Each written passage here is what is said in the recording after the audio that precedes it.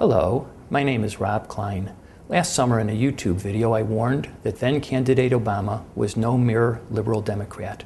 Rather, he was a left-wing radical ideologue whose goal was no less than a reordering of American society by eliminating our capitalist free market system and replacing it with a system in which the government would control every aspect of an individual's personal economic life.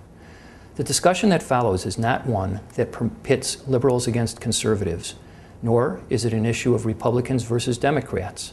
It is also not an issue of where we allocate our resources, for example, to healthcare and education, or to our military. Rather, this is the most profound issue our country has ever faced.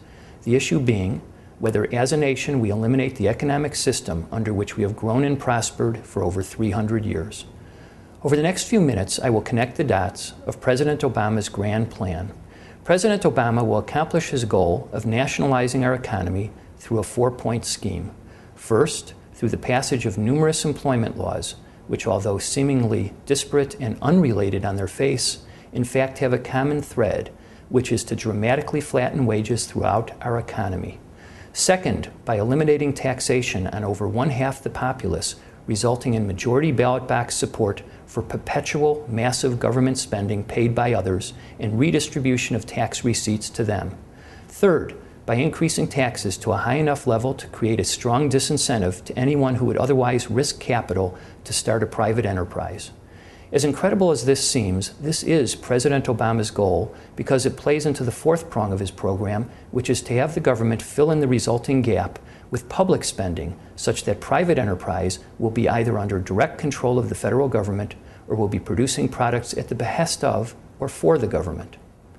President Obama accomplishes government control of the economy through three mechanisms. First, as President Obama is already proposing, by increasing spending to levels never before seen in peacetime.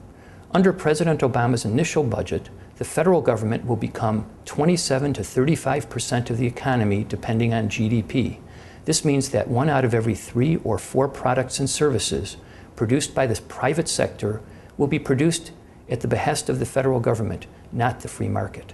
Second, by nationalizing the largest remaining segment of the private economy, which is the healthcare system. And third, by using the scare tactic of global warming as a pretext to tax and regulate the rump end of the private sector economy under a cap-and-trade system such that the government can control all remaining private sector products to be produced, how they will be produced, and who is to produce them. After implementation of Obama's grand plan, the free market capitalist system which we have enjoyed and prospered under for over 300 years will no longer exist. Rather, it will have been replaced by a system in which the government controls each and every aspect of this country's economic life. Now for the details. President Obama continually speaks of a trickle-up economy.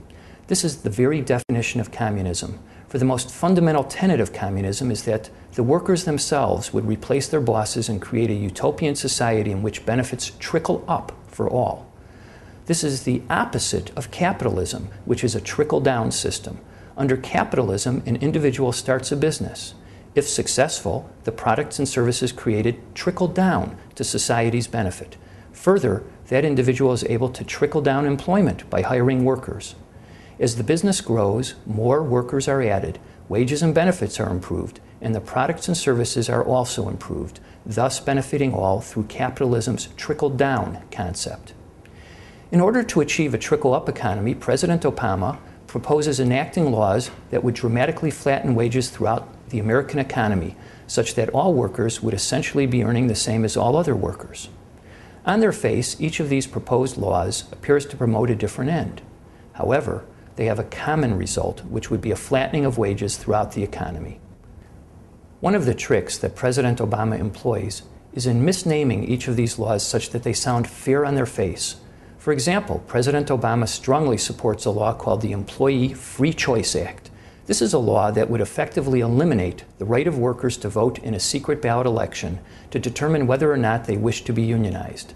Under this law, if a union were to gather union cards of at least half the employees plus one, no election would be held.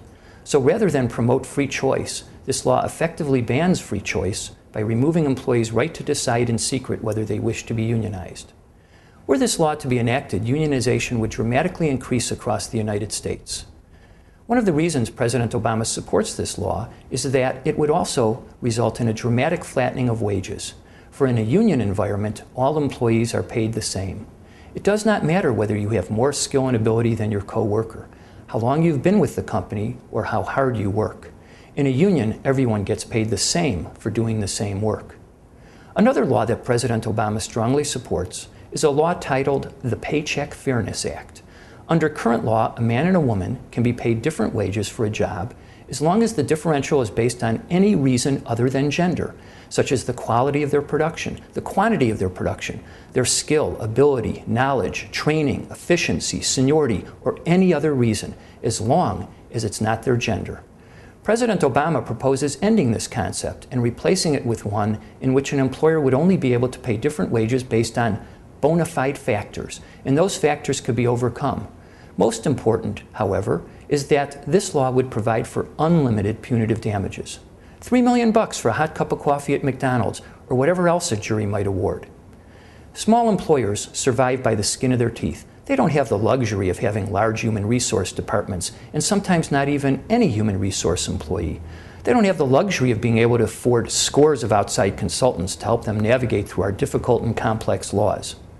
If this law were to be enacted, the threat of unlimited punitive damages and the hurdles an employer would have to overcome to prove its innocence will be so high and large that small employers will flatten wages so that they can avoid any claim in the first place. Thus, small employers, those entities which create 70% of the new jobs in our economy, will elect to pay everyone the same wage rather than risk the high cost of litigation and unlimited punitive damages. A third law that will result in the flattening of wages throughout our economy is called comparable worth. While in the Senate, President Obama was the co-sponsor of this wacky law. Under this law, the federal government, and not the marketplace, would determine the worth of each job.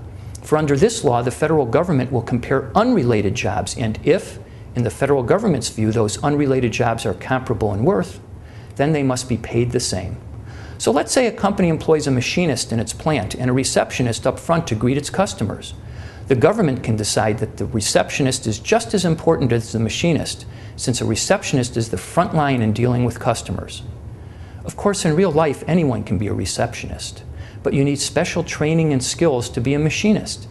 That is why in the free marketplace, machinists command more pay than receptionists. Which begs the question, how on earth is a bureaucrat in the government going to have the skill and ability to determine whether two jobs that are totally unrelated are somehow comparable in worth? The net result of passage of this law will be to eliminate the free market and require by operation of law a flattening of wages throughout the economy, because every job that is comparable in the government's view must be paid the same. And yet there is a fourth law whose net result will be a further flattening of wages throughout the economy. Under current law, if an employer needs to hire someone who can type 50 words per minute, the employer has a right to hire a person who meets that standard. So, by way of example, if 3 women are applying for the job and one is white and the other 2 happen to be black, and the white woman types 60 words per minute, but the 2 black women type less than 50 words per minute, the employer would be permitted to hire the woman who types 60 words per minute. If the 2 black women were to file a discrimination charge, the employer would prevail because it could articulate a legitimate business reason for its decision. The person that the employer hired met the standard. The people the employer did not hire did not meet the standard. President Obama proposes turning this law on its head such that under the new law, an employer will have discriminated if the result of its decision is that it has a disparate impact on a particular class of people. The reason for the employer's decision is no longer relevant. Thus, if an employer were to not hire or promote or provide the same wages for each class of employees, whether the black or white, be they young or old, male or female, the employer will have discriminated because the result will have had a disparate impact on one class of employees relative to the other. President Obama disingenuously calls this disparate impact, but its real impact is to impose a quota system. Most Americans believe that people should be rewarded based on the content of their character and the quality of their work, not based on the color of their skin. President Obama disagrees. The result will be a further flattening of wages throughout our economy because an employer will not want to face a claim that it discriminated against a class of people by reason of differences in pay.